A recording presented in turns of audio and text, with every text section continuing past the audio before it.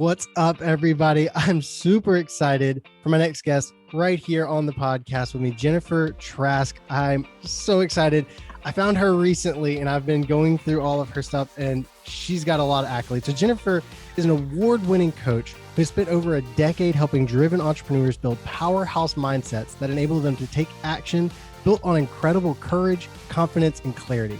Combined with strategic business direction, Jennifer's clients experience massive shifts in growth in their business. She's the proud creator of The Joyous Journey, an online community dedicated to helping coaches build profitable businesses they love. And as an international entrepreneur speaker, Jennifer has spoken in Canada, the US, and Australia. She's been featured on publications like the Huffington Post, Saltwire Network, Inspired Coach Magazine, Upwork Digital Nomad Series, and more. Jennifer has a Bachelor's of Commerce in Marketing, an MBA in International Business, and is an NLP practitioner. She's been voted Diamond and Platinum Life Coach of the Year by the Toronto Star Readers in 2019 and 2020, respectively.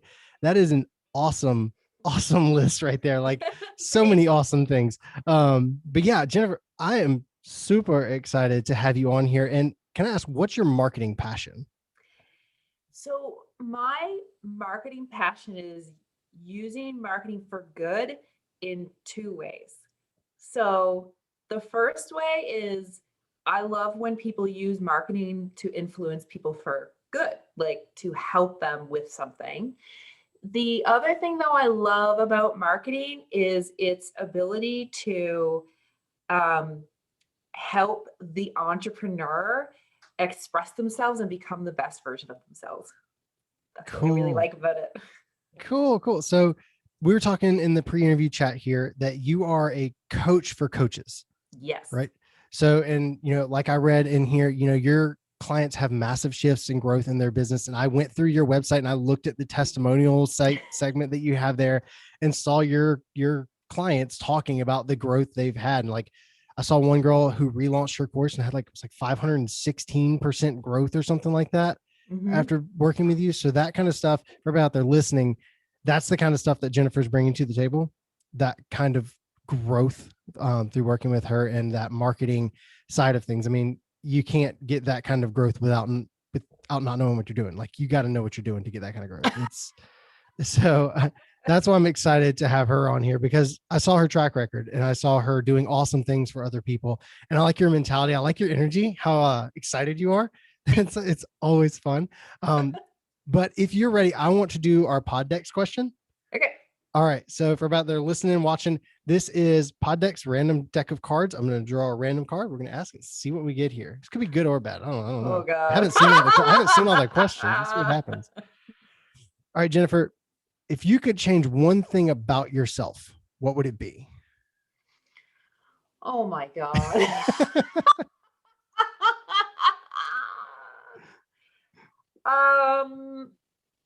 If I could change one thing, well, I'll tell you, it is one thing. The first answer is obviously, nothing, because I like who I am, but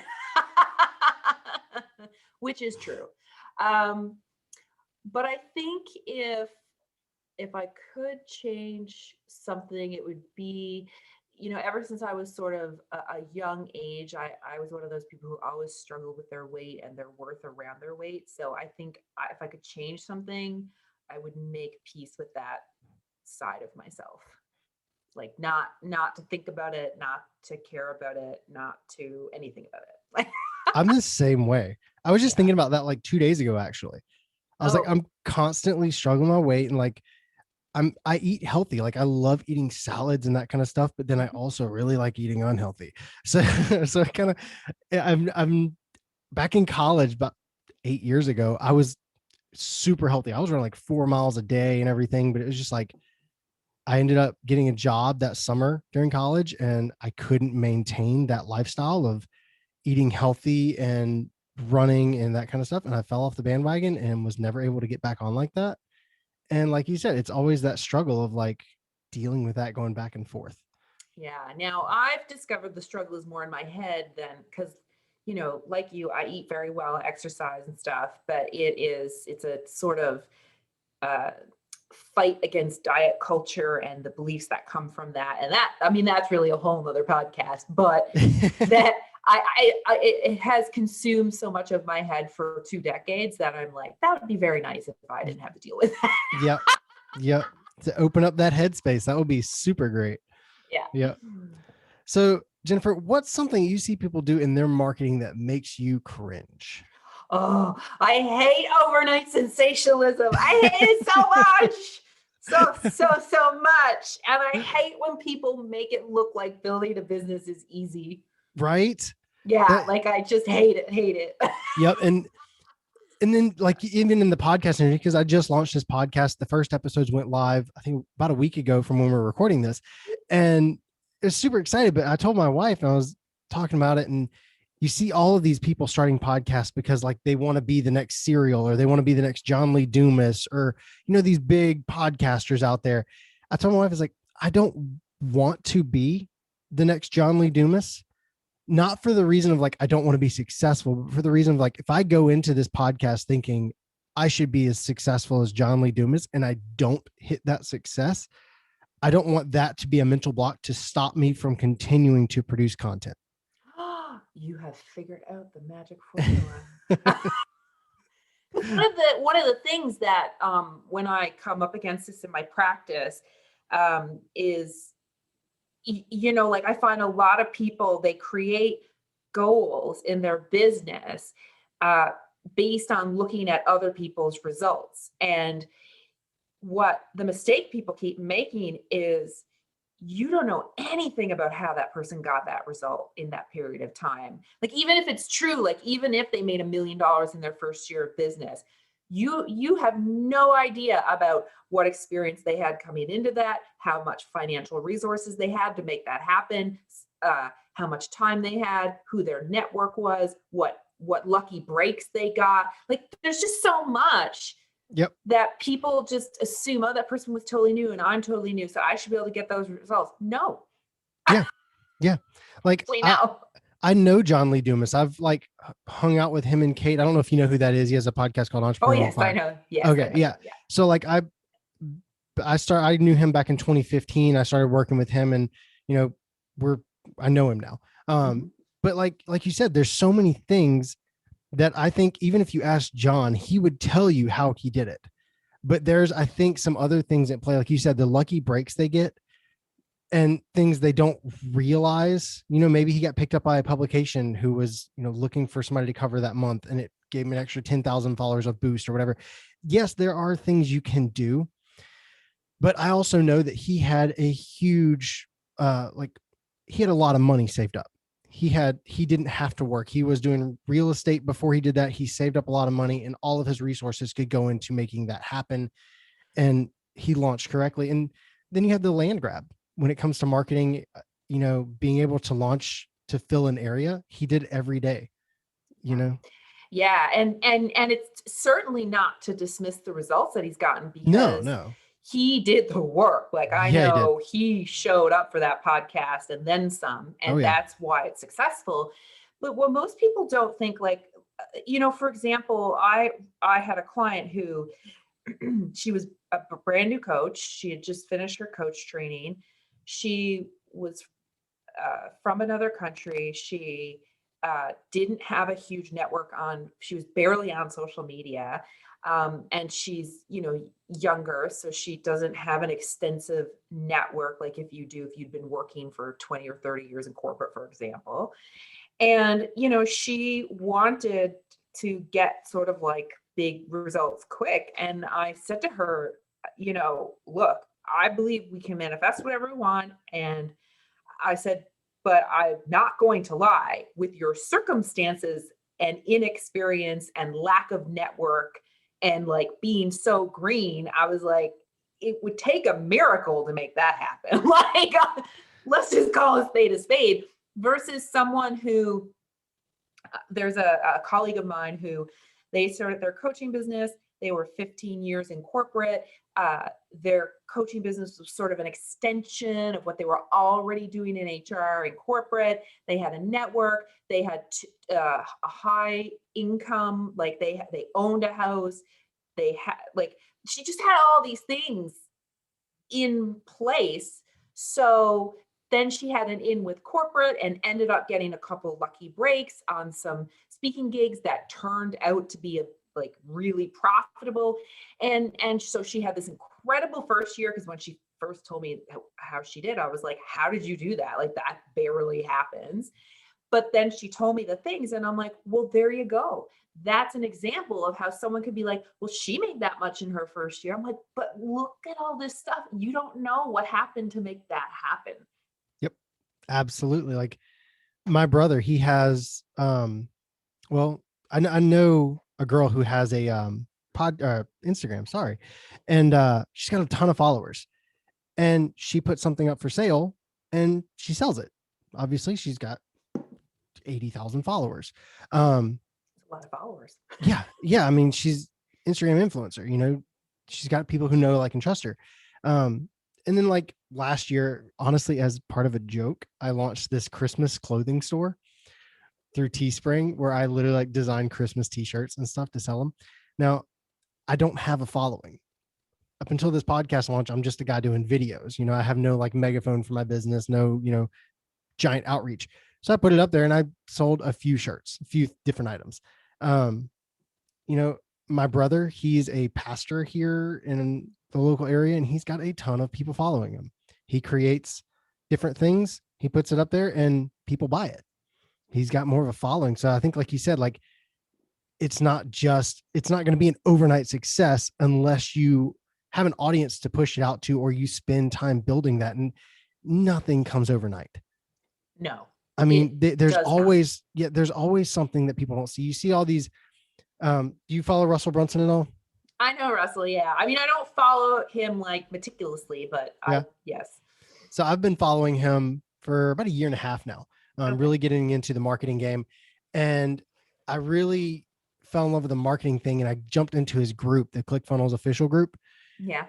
And there's so many people in there, just like talking about how they can help you make money overnight, kind of thing. And it's just like spammy group. A lot of the posts, there's some good ones in there that actually talk about funnel building and entrepreneurship and stuff, but most of the people, it's like they're trying to get in there and sell their own services. Yes. So yeah, if anybody out there listening, like, when I went into this podcast, I didn't go in thinking I'm going to have 100,000 downloads in the first month. Like, it's not going to happen. I think I checked it 2 days ago. I had 33.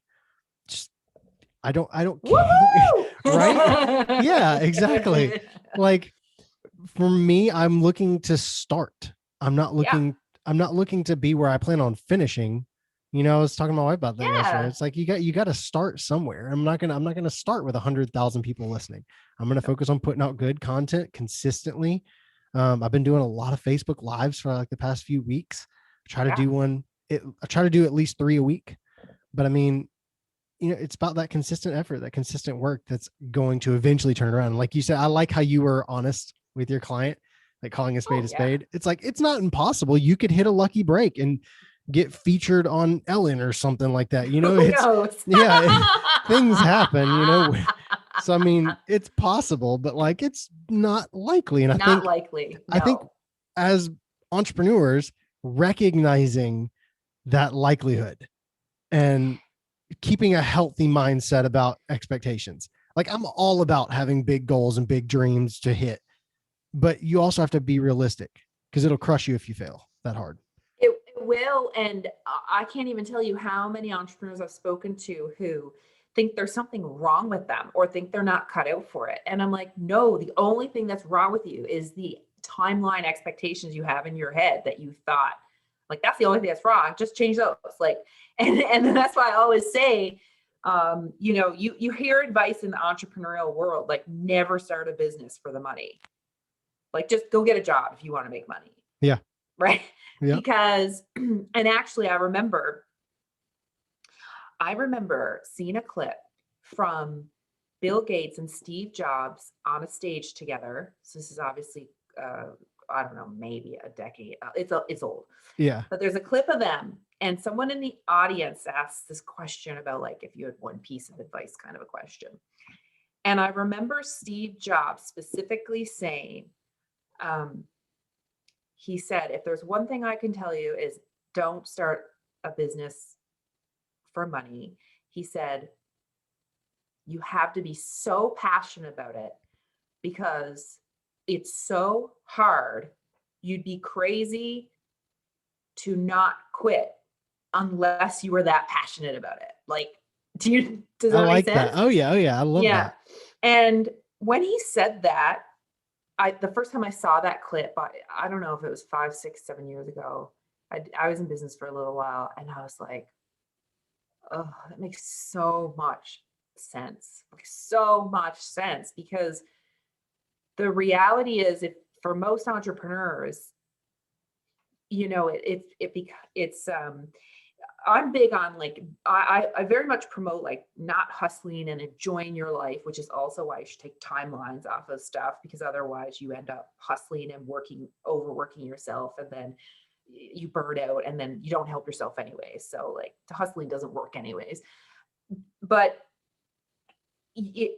building a business can be very all consuming, because it's an expression of who you are, especially if your income is tied to it. And, like, there's just do you know what I mean? Oh So yeah. if you're going to spend that much time doing something, it should better be because you love doing it. Yep. Oh, you have to. That honestly, me and my wife, again, we're just talking about this like last night.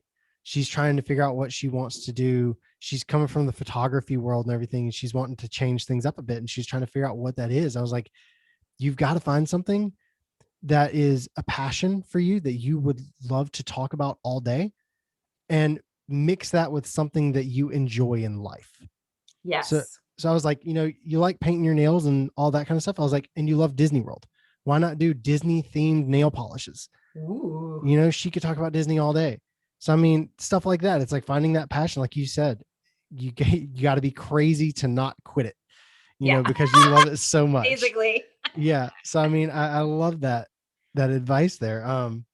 But yeah, you got to have that passion for whatever you're doing. Don't do it for the money, because if it doesn't come, and your worth is tied to that. I've been there, where your Me worth too. is tied to your income, and then the income doesn't come when you think it should, especially last year. Last year was rough. When it doesn't come in, it's just, yeah.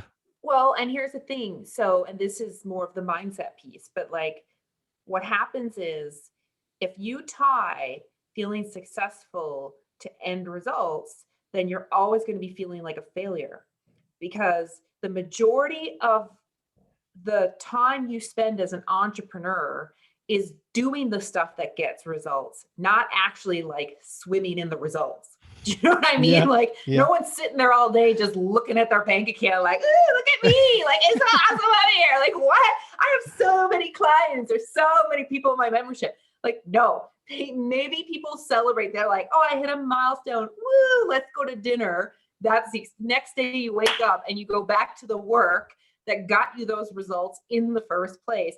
And also, in the first few years, you're not going to see those results, or at least to the high degree, like maybe the big stuff. Yeah. So if your definition of success doesn't include just the day-to-day showing up and doing the work, then you're going to have a real tough time, because you can't build a successful business feeling like a failure. I love that. You can't build a successful business feeling like a failure. And it's so true. Cause, like, everybody's got insecurities, but yeah, I love that. So recently, I started following a girl named Allie Bloyd. I don't know if you've heard of her. No. She does local marketing for businesses. Cool. And I was doing one of her free trainings that they gave me. And one of the parts she talked about was having a timesheet. And it was an interview with another guy. I forgot his name. But he said, have a form. And he had like this printed out form, basically 15-minute time slots for her entire day. And she was doing this and tracking every 15 minutes what you've been working on. Because, like, yesterday, I got back home and I was like, I feel like I got nothing done. I was in the office probably 10 hours. Right. I was like, I feel like I got nothing done today. And it's such a low point. I was like, I'm going to start doing that 15-minute tracker, because if I am wasting time, that'll show me. Yep. But on the days when I'm not wasting time, it's like, okay, well, I did get all of this stuff done. I was actively working all day. Yeah. And here's the thing. The other side of that is what's important to recognize is you also need to be kind to yourself. Like you're not a machine. You're not going to have super productive days every day. And some days it's better for you to just stop working and go take a nap. Like, Yep. Oh yeah. right? Oh, absolutely. And I mean, I love what you said about like the hustle culture and not being, Yes. It's again. funny because I don't know, I'm sure you know who Gary Vee is, and many of Oh, your absolutely. listeners do. And Yep. Gary Vee for years promoted hustle, and he would tell young entrepreneurs, just don't sleep, eat noodles and sacrifice. And I was like, that's the worst advice I've ever heard. Like, what? First, like if you look at the science behind living that way, you're screwed. Like you're going to end up in the hospital or like Yep. really, really sick. I'm like, that's terrible advice. And in high performance, what we talk about is for entrepreneurs is get lots of sleep, exercise daily, eat well to fuel your mind, and get into flow state, which is the opposite of hustle culture. But it's how the world's highest performers do it. And I think it comes back to what we were talking about a minute ago. I think Gary truly loves what he does. He is does passionate. now. He is, but you know what's interesting is if you've noticed his content over the last couple of years, which I did, is he's changed his tune. Yep. He does not say that, and now what he says is like self-awareness. Oh, that's his. That's his thing right now. Which I was so happy because I'm like, I don't know who influenced him to get that way, but because of the amount of influence that he has, it's really great for him to say that. And like, and I've seen so his messaging has changed. And it really has. I don't know what happened in his personal life, but something happened. Yeah. And he'll get in there and be like, like you said, get in that flow state. You have to work. We're not saying don't work, but like, don't, and when I was following him back when he was talking about hustle and all that kind of stuff, it's like you said, he's very influential. He's got a large fan base, but everybody who was watching him, you watch the entrepreneurs that come out of his fan base, selling entrepreneur t-shirts and stuff. And it's like, oh, they're all talking about hustle. And like you said, there's got to be some balance. Unless you're built like Gary Vee and have his exact mindset, that lifestyle is not sustainable. And he's got teams of people totally, like putting out content and creating graphics and following him with a video camera and setting up meetings. I'm one dude bootstrapping a podcast right now. It's like, I don't have that. I'm trying to do everything I can, but I know I'm starting to recognize that a lot of what I'm wanting to do is too ambitious for just me. For just you. Yeah. Yeah. And the other thing is like, what if you're someone who wants to spend time with your family? Yeah. What if you're someone who wants to go hiking on the weekends because you love the outdoors? Oh, what if you're someone who would like to have a life? Yep.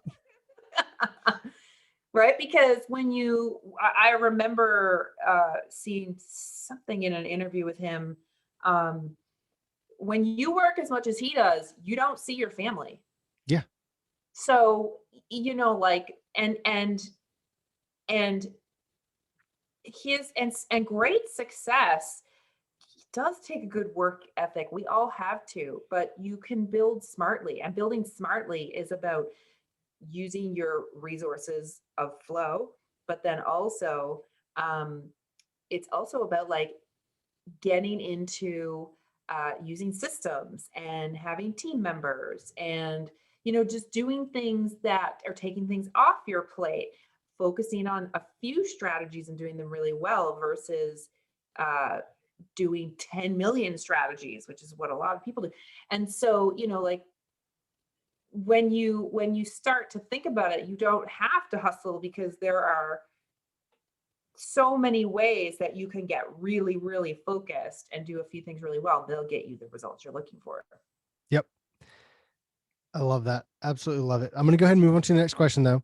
Yep. So if you were to start marketing for a new business today and you only had $1,000 in your budget, how would you spend that to get in front of some more people and get some more clients?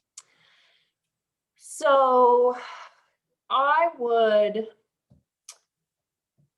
get a good microphone and camcorder, not camcorder. I'm pointing at mine. Like a webcam? You. And I would do like Facebook lives or Instagram lives, whichever kind of site you chose. I do a lot of video, and I would, or, or you could start a podcast too, but you really, all of it works. You just have to pick one or two that works for you. But that's what I would do. I'd spend money on that. And then I would get into, because under $1,000, I would get into a membership that is built to help me in the niche that I'm in. Like I would spend part of that money on the coaching and getting the strategic stuff that I needed and the mindset stuff that I needed. And I say membership because under $1,000, you're not going to be able to hire a private coach for that. Most 3-month courses are $2,000. So I get the equipment, I'd get into a good membership that's helping me do it. And then I'd probably still have some money left over. So I would either just save some of it to pay for the membership as the month go by. I might try some Facebook ads, but before I tried Facebook ads, I would definitely make sure my messaging is working just through organic stuff. But those are the main things that I would get is the microphone, a good camera. Oh, I'd get like Canva because you'd need Canva. I'd get ConvertKit because you need ConvertKit. Or like an email marketing service provider. Yep. And then I'd join a membership, and that's what I would do. I love that answer. And I love that you talked about Canva because I love Canva. Yeah, me too. I've been using it, for about 6 months now. I used it before years ago, back when it was not as robust. And now I'm using it and I feel like they've updated so much. It's come such a long way. Like it's kind of cool now what it can do. And actually talking about ConvertKit for everybody out there listening, ConvertKit is an email marketing campaign or platform where you can collect email addresses and send email addresses. So it's really cool. And did you know they actually have a free version now? Yes, that is new for them, which is really cool. So, I mean, comes out at $1,000, people starting out. If you go to mattpete.com/ConvertKit, use that affiliate code. It gives me, because I'm still on the free program. I only have like 70 subscribers right now, but every time somebody uses that code, I don't get money. What I get is extra available subscribers. Oh, cool. So yeah, you start off with 0 if you just go and sign up for a free account, which is what I did. But if you sign up on a referral link, you start off with 500 open spots. Now that's really smart of them, of ConvertKit, to do that. Absolutely. Because now it makes me want to share it because I get more free subscriber spots. So I think I'm up to like 200 or 300 right now. But I mean, if anybody listening doesn't have an email platform, mattpete.com/ConvertKit gets you 500 open spots to fill up before you have to start paying for it. Yeah. Awesome. So definitely some great stuff in there. And you talked about running Facebook ads and making sure your messaging works. So like I said, I've been doing Facebook Lives for a couple of weeks now. And before I've had my Facebook page since last year when I was like setting everything up and had a couple likes on it. And I just started doing all the lives and everything. And my reach has exploded. Yeah. Like I've got 46 likes and my reach is, in the hundreds because of the Facebook Lives. Yeah. It's so easy. Like you said, get a decent webcam and a microphone. And if you want to do a podcast, we're all doing this on Zoom right now. I've got my camera set up. You have your webcam and microphone. And I'm going to take this video. I'm going to do the video side for YouTube. And then I'm going to rip the audio and turn it into a podcast for iTunes and Spotify. Mm-hmm. I mean, you can host on Anchor if you want to get started for free. And I mean, I just posted something actually about being an advocate for podcasting because have you heard of Chris Ducker? Oh, yes. Chris Ducker, yeah. I was on a cruise with him, a conference cruise years ago, and he was talking about podcasting, how podcast was basically a megaphone for your business. Mm-hmm. That's the way he described it. And I've been looking at it that way now. And it's like, okay, I have my business. He's like, if you want to make money, you don't plan on monetizing the podcast. Yes, that might happen. But if you have a business and then you create a podcast, it's like that megaphone for your business. Absolutely. Yeah. So yeah, having that messaging and creating those outlets, those ways to put yourself out there, whether it's Facebook Live, podcast, YouTube, whatever it is. I love that. I love that strategy you took. Because, a lot of people are just like run Facebook ads. I like how you went from like, you're just starting out. We need to get content out there. Content first, figure out what works. And because there's no point, if you're totally new, don't even touch Facebook ads. You're just going to waste money. Yeah. But once you figure out your messaging and kind of know what works, then you can start even building video views audience or something like that, because then you could target them later. But yeah, to me, that's a little bit more of an advanced strategy. So I wouldn't do it completely at the beginning, but you got to start somewhere eventually. Oh yeah. And I did a Facebook Live yesterday. I was talking about, again, trying to find out different wordings and everything to get more attention. So I'm like throwing out different hooks out there. So yesterday's, it was the title, the hook was very like abrasive. Because I haven't done that yet. Don't naturally think that way, but I was like, let's try it. So the title was your organic reach sucks because your media sucks. Oh, yeah. Oh, I've done a title similar to that. Oh, yeah? Yeah, I did, like years ago, I did this one about like your marketing sucks or something like that. And okay. I'll have to find it and send it to you. That'll be cool. Yeah, for sure. But I did that one and it got good traction. And like I said, it's only been a day, so I'm trying to gauge it. But just trying different hooks, throwing different things out there to see what sticks, what works best, Yeah. And then doubling down in that area. Yep. Like I learned recently, I have TikTok. I don't produce content on there. I'm just, I like the funny things. But I saw this guy yesterday as a marketing guy on TikTok talking about how the younger generation has been purposefully misspelling words on their TikToks. It's called felling. Have you heard of that? No. They're purposefully misspelling like the word, there, which, which is correct. They'll use the wrong one on purpose to get the people to go in the comments and call them dumb and tell them which they're supposed to be using, because it boosts the algorithm, which puts it in front of more people, which causes them to go more viral. Like, oh God. That's a form of marketing. I don't know if I'd want to try that, because I personally would not go down that route, but but it's a thing. It's happening. So, I mean, whenever those teenagers turn into adults and their marketing, we're probably going to start seeing a lot of misspelled words in advertising in the next 10 years. Well, I guess we'll have to wait and see. Yeah, hopefully it doesn't go that way. Oh my God. So Jennifer, have you read any good marketing books lately? Well, lately I have been reading more politics books, but one of my favorite marketing books of all time is Story Brand by Donald Miller. It's a classic that everybody should read. Everybody should read. Yep. It's a good, I haven't finished it. I have it downloaded, but I haven't finished it yet, but I've got a few that I'm reading right now, and that's definitely one of them. It's so good. It's so good. It's very good. I always recommend it. I think you're at least the second person that's recommended this, and I think you're only like episode 14. So okay. There might be a third one in there. I've heard about it a lot, and I remember it exploded like last year before, maybe 2 years ago it exploded. 2 years ago? Yeah, and he has since released Marketing Made Simple, which is his second book. He has a whole bunch of things that he's really done a great job, but at marketing. Yeah. That's a good recommendation. I love it. Yes, cool. Yes.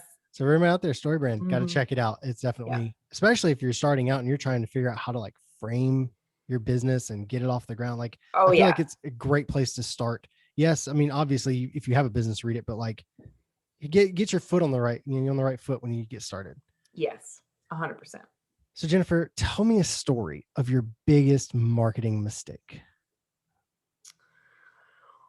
Well, I don't have the best memory, so this may not be my biggest mistake, but it was I was actually debating whether or not I should tell it because it's so embarrassing. Sounds juicy. But then I thought, oh, why not? Just for shits and giggles. So years ago, this was like, I don't know if this was 4 or 5 years ago. This was, anyways, around that time. Something had happened. I've tried to block some of this out, to be honest with you, because I'm like quite embarrassed about it. But the gist of what happened was I released some type of product or something. And at the time, I was not in a good headspace, shall we say. And I had a friend / colleague of mine say like, you're not charging enough, blah, blah, blah, blah. And I guess because I wasn't in a good headspace, I let his words persuade me. And I ended up writing this email to my list about how I was changing the price because it's worth more and blah, blah, blah, blah. And like, and then I pressed send and I think I immediately regretted it. And then the next day I was like, oh my God, I might like, I just wanted to run under a rock and hide forever. Um, and the reason is because like the one thing is like I'm very big on ethics. So like if you say you're going to do something, you should do it, which includes like if this is the price, this is the price, at least for this run or whatever. Like, do you know what I mean? Yeah. And so, and then I think I had told in the email, because I was thinking it was being all honest and vulnerable, blah, blah, blah. I think I had told them like, oh, I was talking to my friend and the truth is this is worth more and blah, blah, blah, blah. Oh my God. Like I just think back, I almost want to throw up thinking about it, like how embarrassing. But at the time in my head, it seemed to make sense. But anyways, I don't think I actually got as many unsubscribes as I thought that I was going to get. Because I am pretty good with wording, but I just still think of that and I'm just mortified. Like clearly I was in a very lack headspace and unsure and like never make decisions from that space, people, because I like there I probably could give you more detail, but I honestly like have been so embarrassed about it that I just like I'm never trying to block it out. I'm like, oh my God, I should pretend that never happened. Yeah, I mean yeah, I get it. And I appreciate you sharing it. The first episode of my podcast is something similar to that, where it's like, I don't know if I want to share it. I mean, my first episode is like 30 minutes because I literally went through my entire like origin story of how I got to where I am. And there's a lot of like embarrassing and cringy things in there. Like I started my first podcast. I started getting into marketing in like 2016, met John Lee Dumas and entrepreneurship and that kind of stuff. And I started a podcast about photography. And it's like, it didn't jive well with me. And that's why I ended up ultimately shutting it down. Like it served its purpose and everything. But like we go back to what we talked about at the beginning of the episode. It wasn't something I was overtly passionate about, you know? But marketing is. So that's why it took me a few years. I was like, I want to find something that I absolutely love. I love talking to people about business and marketing and growth and that kind of stuff. Yeah. But I really appreciate you sharing that with us. And I won't make you dig any deeper because it is raw. That's all I can remember. I mean, this was a long time ago, but I just feel it still almost embarrasses me just because Okay. So going down a similar rabbit hole, but not that. So if somebody out there creates something and they underprice it, and after launching, they realize it's like, man, this is worth, easily twice what I priced it at. How would you suggest, looking back now, you have that hindsight, how would you suggest they go about raising that price? Oh, well, it's very, very easy.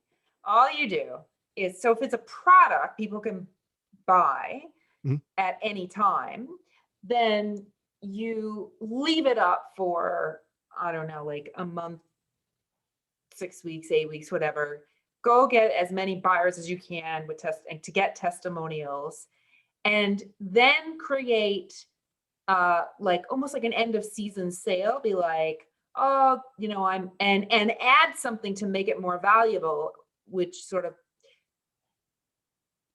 would be the reason you're increasing the price, right? Gotcha, Not just because like, oh, it was my fault, I didn't price it properly. Yeah. So, you get enough people to go through it, and then even if you throw a bonus on there or something, and then you give your current audience enough time to buy it at said price. Now the price is going up on this date. If you want these kind of results, make sure you get it before this date. So you just give people ample time.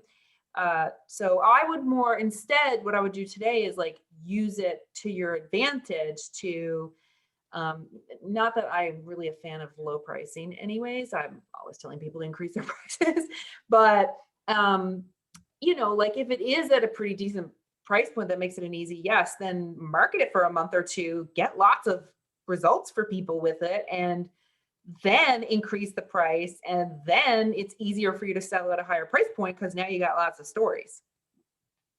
Love it. Love it. That's what I was hoping to hear, some actionable feedback, because I know I'm really bad about that, about pricing stuff too low. And that's something I've always struggled with, those pricing issues. But I love how you tied that into how to market it, because that sense of urgency, that you're creating by saying, get it now for this price before, the price goes up, and it's, we're adding in this bonus if you get it now, that kind of thing.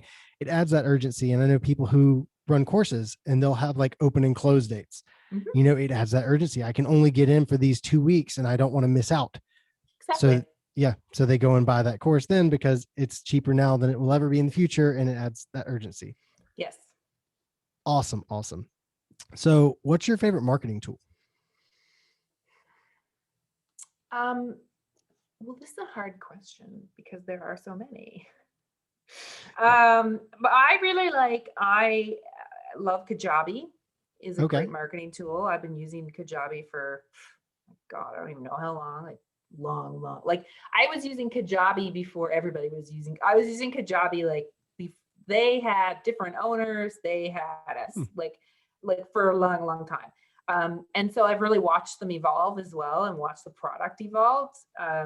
So, shout out to Kajabi. I do really like Kajabi, but I also love Canva. I also really like Facebook and Instagram. I also love my phone. Phone's a really good marketing tool. Like, yeah. There are just so many. So what does Kajabi do? Because I've heard about it, but I've never looked into it. So Kajabi is basically, originally they were built to have a course on it, but they have evolved it. So now Kajabi, you can house your courses on it, your memberships. It is now an email marketing service provider. You can have a whole website on Kajabi now, all within like one account. Oh, wow. Yeah. How much does that cost? Do you know off the top of your head? It's super. I don't know. I've been grandfathered in at special pricing for nice. many years. So that's awesome though. Cause I mean, I have a course that I'm creating, but I also have a WordPress website and a different email marketing tool in another place. If you could have all of that under one roof, I bet the way everything connects is probably just so much easier. Yeah. So they do funnels and they have landing pages and all that stuff. Huh. That is a cool tool. I'm going to have to look that one up. Kajabi, for everybody out there listening.